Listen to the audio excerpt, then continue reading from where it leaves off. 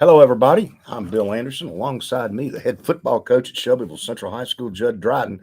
And welcome into the Jud Dryden Show, brought to you by SLC Firearms, 917 North Main Street, inside of Shelbyville Lumber.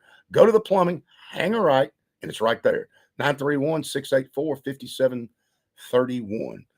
Go in there, talk to Chris Cartwright. He'll hook you up, Mike Matusik. And if you're really lucky, Coach, you might see the man, the myth, and the legend. Do you know that guy? You talking about Ricky? I'm talking about Rick. Okay. Good shout out to Rick Epperson. I know he appreciates the shout out from Coach Dryden and I. Coach, I'm surprised you made it in with us today. I want to commend the job you did on 104.5 with Tate Matthews. I thought you did a great job.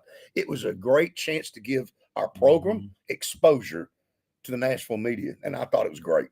Yeah, it was a good opportunity. I was kind of surprised when he texted me that night after the game, after the Spring Hill game, but it was fun. I've known Tate for quite a while, not as long as some others have known him, obviously, but for apparently Todd Bobo. Yeah, known him now for 11, 12 years. Okay. He's such a great guy, and of course comes from a football pedigree, and so just having an opportunity to share with him about our kids and our, what they've been doing in our program and what everybody that surrounds us is given to us.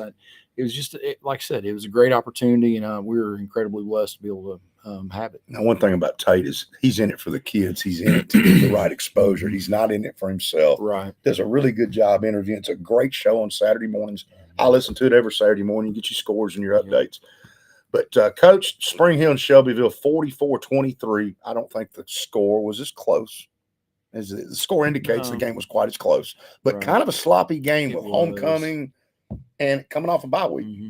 Yeah, I mean, it was the perfect storm for that. It was and the distractions coming off the bye week where you're kind of out of rhythm a little bit, and then coming right into homecoming from that. And it was just a constant fight. Plus, we had testing on Tuesday where freshmen, sophomores were home on virtual while junior, seniors tested. So it was a circus of distractions, to say the least. But overall, we were able to fight through it for the most part. We had some miscommunication issues at times. We had some guys that just had a lapse of attention on details, things at times. So had some injuries here too in this game. That we did. And, left tackle goes out and you've got to shuffle some guys around. And once again, Logan McBee is able to insert himself anywhere along the front. About the only place that he can't play right now is quarterback and wide receiver. He could fit pretty much anywhere in what we do on offense. But having to bring him in, shuffle some things there. We had a wide receiver corner go out early with a lower leg injury that we had to move some guys around and had to move a safety to corner and some things. So yeah, that created its own. Bailey and Crenshaw had some knick-knack injuries as well. Yeah, they went down. Came up gimpy a couple times, and so it started to limit their reps in the game. Right. And so yeah, we had to work through a lot of things, a lot of moving parts all of a sudden that we've not had to deal with. But overall, I wouldn't say we handled it well. We were acceptable to a point with it, and we've had coaches had a great meeting on Sunday on, okay, what are the fixes for this now?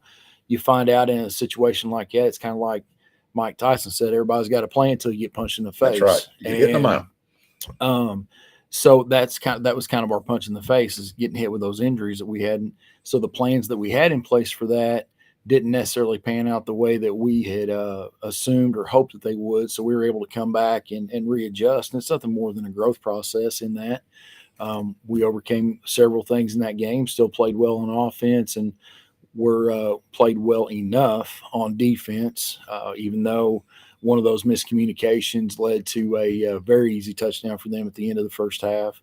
But we came back in, and then their last one was on just when we were rotating young guys in and doing all kinds of stuff there that allowed them to, be able to move the ball down on us. But it was worth getting some of those guys some reps and all that. So overall, we came away with some good lessons learned and had some things that we were able to, zero in on and fix. We're going to get into a couple of kids here in a minute. Fish Fry, October 20th coming up. That's a week from Friday. We had a trivia question Saturday on the show. 1987, who were the two tailbacks? One of them went to the University of Tennessee. Coach Johnny Majors put him on scholarship. These were two of the best tailbacks of all time at Central High School. Give us their names. Todd Bobo's buying the 2 tickets. No one answered it on Saturday. So somebody can do it today. The first person to come on here and do it, you'll get 2 more tickets if you can tell us who the quarterback was in the undefeated team in 1987. Tom Crawford was the coach. They went undefeated, and they eventually lost to Shazan Bradley in Central in the playoffs. But give us the answer to that. The quarterback and the 2 running backs from the undefeated 1987 Shelbyville Golden Eagles. And Todd Bobo's buying the tickets for you. So there you go. Let's talk about some kids. Rocky Chandler. Good gracious. 9 carries, 239 yards, 2 touchdowns. Right. And even with a reconstituted offensive line. Right. So that came out second half and popped 2 big ones on them on offense, and not to mention what we did in the first half. So to be able to do that, first of all, kudos to those offensive linemen, those guys that came in, the way they communicated. It was a great thing for me that I'm on the sideline, and all of a sudden Blake Canday comes over to me and says, "Coach, they want to shuffle things up a little bit." And I was like, "Who's they?" And he goes, and he tells me a couple of players' names. And I'm like, "They're comfortable with that?" He said, "Yes, sir, they are." I said, "Well, let's do it." And it just went on from there. So to watch a group of young men take control and have an idea that they felt like that was a good one, and they believed in it, and then go out and be able to do what they did is I'm incredibly happy for them. But then you take Rocky. There was a couple of plays on those, couple of those big runs where he made those happen himself. He broke 3 or 4 or 5 tackles right on his own. Tackles and making guys miss. And so he's been a great back for us. And he doubled up his load in a lot of ways. Snap wise, whenever Robert, we had to pull him back and off a little bit. So, and that's not mentioned. That's nothing, and that's not even mentioning what he did on defense as well. Right. He had 5 quarterback pressures. He had multiple tackles for loss and a couple of big plays. So he's been an outstanding player for us over the last 7 weeks. Talk a little bit about your quarterback, DeLauder, the beautiful 60-yard touchdown that he throws to 3. What was the design for that one? So it was double post, and it was something that Coach Hunsaker had seen, and we got into a formation, and he saw what was going on, and then came back to that. It was right after if I remember correctly, it was right after they hit their big score, and he came basically on the headset. It's like, okay. And he dials it up, and it was perfect. I mean, catch and run, right in stride, and of course we could do without the unsportsmanlike for at the end of it. But we dealt with that yesterday, so Lord willing, that won't there won't be any repeats there. So once again, we came away with some great things and some things that we had to address, and I'd much rather we be doing that now, right, than in next week or the week after in the playoffs. How about the game my namesake William Bobo played? 3 interceptions. Did he not play well? He balled out. He was our player of the week, our first bank player of the week. So he is coming into his own at safety. He really is. And even with that, we had to move him over to corner later in the game, and he played well at corner, even though he's not repped it since last year. Played some receiver too. He did, and so he's another good one for us. That's an interchangeable part in those skill positions. Other games around the area: Columbia 18, Franklin County 7. Tullahoma, they're rolling 37-0. Seems like Tullahoma's getting better every week. Yep. But Coach, we're going to Lawrence County this week, and we'll tell you right quick. This is the SLC Firearms Coach Dryden Show. But going to Lawrenceburg, long bus ride. They're coming off a bye. What do you expect out of Lawrence County? We expect a really good football game. They've had an extra week to prepare for us. It's been earned, but at the same time, it's still hard for me to believe that we're in the driver's seat in the region. So you're the hunted right now, not the hunter. And so that game right there, they're looking for another region win to kick them out of 4 into the third spot, possibly even move into the second spot. So it's going to be a game where we're going to get their best, and Coach Marks has done a great job of that program for years, and they run a How does the bus ride affect you being that far? Does it affect you at all? I don't, as so far this year, it has not. The bus rides haven't affected us. We've been on the bus for up to an hour now, so we're not talking quite double that to there, but I mean, it's at least an hour and a half to hour 45 minutes.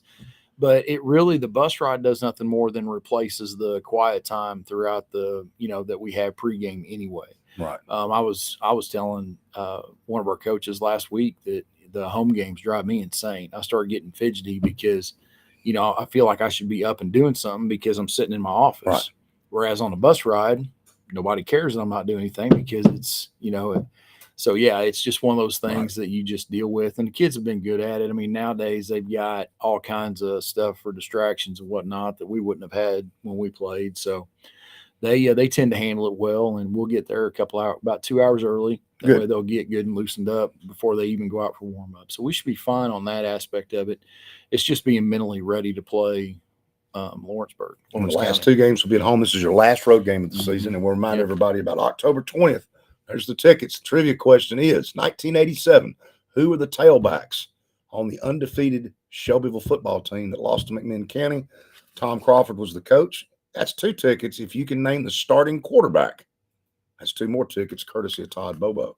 Today's show is brought to you by SLC Firearms, 917 North Main Street, inside Shelbyville Lumber. Go to plumbing, hang a right. Check out Mike Matusik. Check out Chris Cartwright for all your gunsmithing, gun cleaning needs. 931-684-5731. And you might catch my boy Rick Epperson if you're really fortunate. Coach, any other parting things to talk about the fish fry? Anything you got? No, it's they keep talking about it, and I'm excited to have a plate show up over in the office for Absolutely. pregame. It's or for postgame, I should say. Right. We feel blessed that you guys have brought that Glad to to us, and it's just one of those things where once again the community has really come out in support. We've had so many people come out and help us and with everything that we've needed so far, and it's nothing more than culture. We're Shelbyville's a place that wants to see success, Yes. and they're willing to. We like to win. Yes, and A lot. and people are willing to invest in that and to make it happen. So when you start doing things right, which is what we believe we began last year with, and it's just continued from there. So it's we feel truly blessed with everything that's been Big given difference to us. in 1-10 and 6-1, Coach. There is, but I don't know that we are where we are right now if we're not 1-9, 1-10 last year, because I've talked multiple times and I said the same thing to Tate, on Saturday, is that without those seniors from that 1-9 season, I don't know that our culture is as cemented as it is, because they're the ones that through the roughest of times, 3 head coaches and very few in number, and guys that just gave everything they had and maintained the climate and the culture in the locker room, and they're the ones that did that for us, and we're still standing on the foundation that they've laid, and we'll continue to do so. And it's an amazing legacy for them. You mentioned Coach Candy a while ago. We really, David and I enjoyed the Harris coaching staff on here in that big championship game. That was really nice to have them. It was. They've done a great job. They have done a great job, and like I said, we've talked multiple times about this. It's we are the beneficiary of what they've done. They are the beneficiary of what the youth league has morphed into. Just like we're the beneficiary of what Zeke Tomaselli and those guys are doing at Liberty, and he's the beneficiary of what his youth league is doing there. So it's all of us. It takes all of us. It can't be just one person. And again, just incredibly blessed to have such a group of men that are invested in young men. And that's what we have right now. And everybody is on the same page, going the same direction. And it's been fun, and they make it fun. Absolutely. Coach Dryden Show is brought to you by SLC Firearms inside Shelbyville Lumber. For Coach Dryden, I'm Bill Anderson. Get down to Lawrence County and remember the fish fry, October 20th. You can get it from coaches, kids, whoever. I've got tickets. Get your tickets because it's going to be a lot of fun. And we'll see you right here next week.